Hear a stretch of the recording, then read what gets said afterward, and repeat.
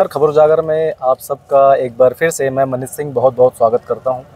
अभी छत्तीसगढ़ में विधानसभा चुनाव चल रहे हैं और उसको लेकर ही आज हम रायगढ़ पहुंचे हैं। और रायगढ़ में हम आज ऐसे समाज सेवी से आपको परिचय कराएंगे जो लगातार 3 बार विधानसभा चुनाव लड़ चुके हैं, 2 बार निर्दलीय और 1 बार आम आदमी पार्टी से।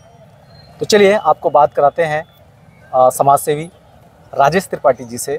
आप भली भांति परिचित होंगे अगर आप रायगढ़ के होंगे तो, क्योंकि ये समाज सेवी हैं, लगातार पर्यावरण प्रदूषण को लेकर के मुखर रहते हैं। और सबसे ज़्यादा अगर रायगढ़ में कोई काम करता है पर्यावरण प्रदूषण को लेकर तो राजेश त्रिपाठी हैं। चलिए आपको उनसे मिलाते हैं। बहुत बहुत स्वागत है आपका। बहुत बहुत धन्यवाद। अभी विधानसभा चुनाव चल रहा है रायगढ़ में, क्या लगता है जब आप लड़ते थे, 3 बार लड़ चुके हैं आप, और अभी की स्थितियाँ में कितना अंतर देखते हैं? देखिए, सबसे बड़ी बात यह है कि जो अभी वर्तमान में पूरे देश के 5 राज्यों में विधानसभा का चुनाव चल रहा है, उसमें से छत्तीसगढ़ भी है, चुनाव यहाँ भी हो रहे हैं।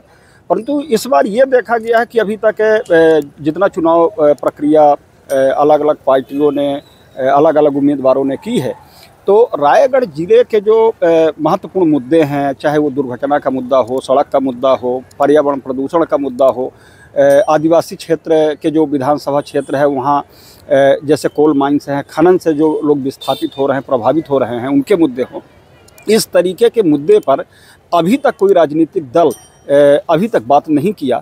और कहीं ना कहीं ऐसा लग रहा है कि राजनीतिक दल जो हैं और जो रायगढ़ के मुद्दे हैं, मुद्दे कहीं ना कहीं बौने पड़ जा रहे हैं और राजनीतिक दल के जो उम्मीदवार हैं वो उस पर ऊपर हो जा रहे हैं।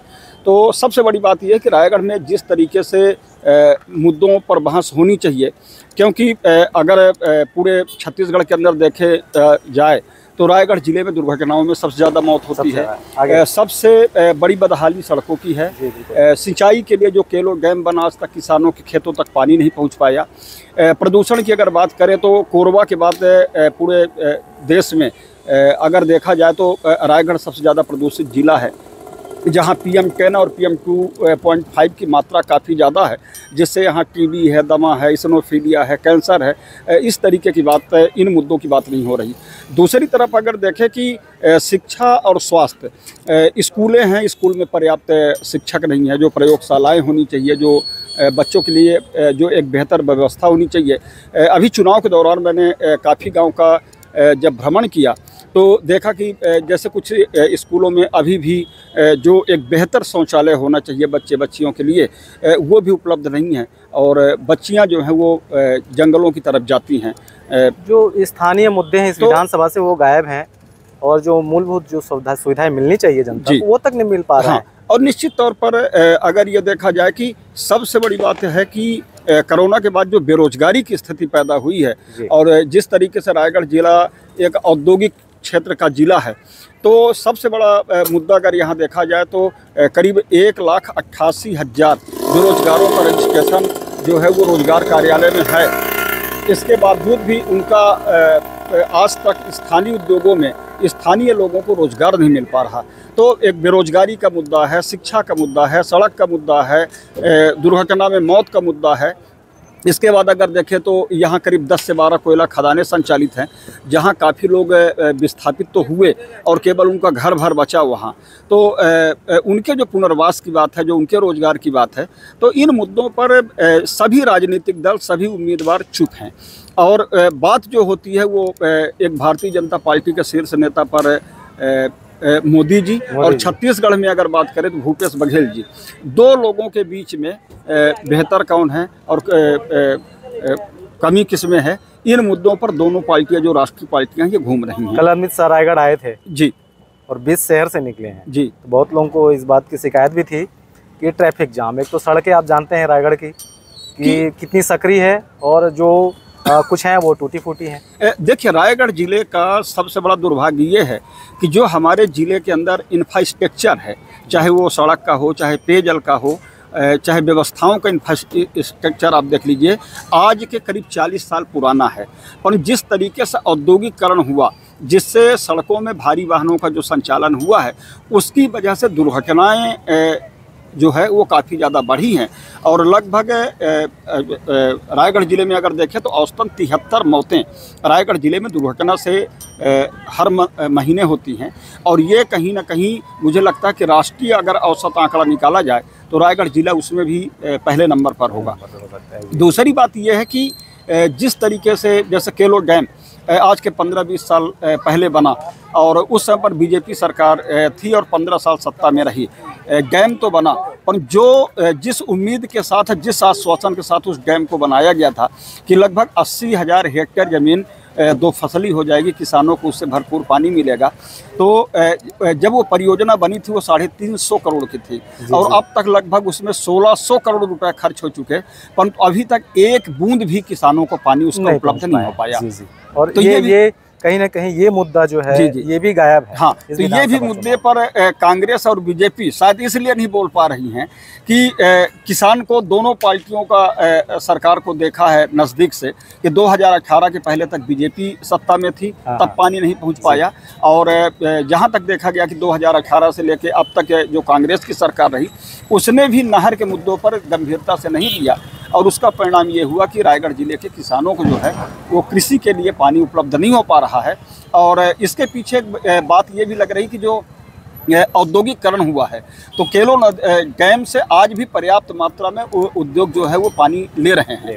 तो कहीं सरकार की ये नियत तो नहीं है कि किसानों के बहाने डैम तो बनाया गया केलो के ऊपर, परंतु पानी जो देने का पर्पस था वो उद्योगों के लिए था, चाहे वो जिंदल हो, मोनट हो।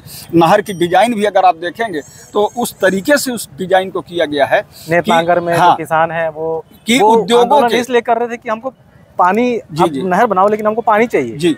अब उसमें भी रास नहीं आया गवर्नमेंट को, उसमें भी उनको ले जाके और वहाँ से उठाकर ले गए, उनके आंदोलन को समझ लीजिए कि भंग कर दिए। जी वो पानी मांग रहे हैं, वो कौन से बुरी बात कर रहे हैं? निश्चित तौर पर जो सरकार ने जिस वादे के साथ किसानों के साथ वो वादा किया था कि हम ये नहर बनेगी, नहर के बाद किसानों को पानी मिलेगा, तो जहां नहर बन भी गई है आज भी वहां पानी नहीं जा रहा। दूसरा, नहर की अगर डिजाइन देखेंगे तो इस तरीके से आ गई है कि हर कंपनी को उससे पानी जरूर मिल जाए, उसके सीपेज से। किसानों को मिले या ना मिले, किसानों को मिले कि ना मिले। तो कई गाँवों में मैं जब भ्रमण किया तो नहर के नीचे एक तालाब नुमा बना दिया गया। नहर का जो थोड़ा बहुत पानी अगर जाता भी है कभी तो उसका पझरे से उस तालाब में भर जाता है, उसको लिफ्ट करके उद्योग पानी ले जाते हैं। उसे सिंचाई योजना क्यों बोल रहे हैं? उसे बोलना चाहिए औद्योगिक सिंचाई योजना। तो निश्चित तौर पर देखिए नाम किसानों का है क्योंकि सरकार को पैसे खर्च करने हैं, आम जनता के खास तौर से किसानों के वोट लेने हैं और जो उनका लक्ष्य है कि पानी जो अब तक जो उन्होंने दिया है, अधिकतम केलो डैम से पानी जो मिला है वो उद्योगों को मिला है। अच्छा, जो कैंडिडेट है रायगढ़ के, कुछ कांग्रेस से, बीजेपी से, इनके बारे में थोड़ा बताइए, कौन से कैंडिडेट कैसे हैं आपकी नज़र में, क्या लगता है कैसे हैं ये लोग? देखिए, जब कोई भी कैंडिडेट चुनाव लड़ता है तो वो अपने वादे और अपने मुद्दों के आधार पर लड़ता है और सबसे ज़्यादा प्रभाव पड़ता है कि पार्टी कौन सी है और उसका उस जगह पर अस्तित्व कितना है। तो छत्तीसगढ़ के अंदर देखा गया कि जैसे बीजेपी और कांग्रेस दोनों राष्ट्रीय पार्टी हैं और दोनों के उम्मीदवार का अपना अपना एक महत्व है।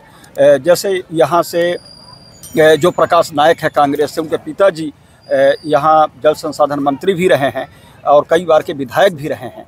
और दूसरी तरफ ये देखा गया कि जैसे भारतीय जनता पार्टी से ओपी चौधरी जी जो चुनाव लड़ रहे हैं वो आईएएस रहे हैं, आईएएस की नौकरी छोड़ के जी। और पिछले बार उनको खरसिया से उम्मीदवार बनाया गया था जहाँ से वो चुनाव हारे थे। इस बार उनको जो है भारतीय जनता पार्टी ने रायगढ़ विधानसभा से उम्मीदवार बनाया है। तो दोनों की अपनी अपनी प्रासंगिकता है। एक आईएएस हैं, पढ़े हैं, प्रशासनिक ढांचे को जानते हैं, प्रशासनिक काम करने के तरीक़ों को जानते हैं।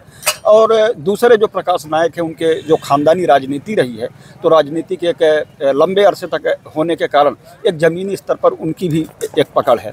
परंतु दोनों उम्मीदवारों से जनता की जो उम्मीद है और जो वो अपेक्षा करते हैं, अपेक्षा यही करते हैं कि जो रायगढ़ ज़िले के बुनियादी मुद्दे हैं, शिक्षा है, स्वास्थ्य है, सड़क है, बिजली है, पानी है, रोजगार है, विस्थापन है, प्रदूषण है, इन मुद्दों पर ये कुछ बोलें और आम जनता के बीच पर अगर इन मुद्दों के आधार पर अगर वोट मांगा जाए तो मुझे लगता है कि एक अपील भी होगी, एक जागरूकता भी होगी और लोग मुद्दे के तहत अपनी वोटिंग भी करेंगे और हमारे जो जनप्रतिनिधि हैं, जो भी चुनाव जीत के आएगा वो गंभीरतापूर्वक उन मुद्दों पर काम कर सकेगा।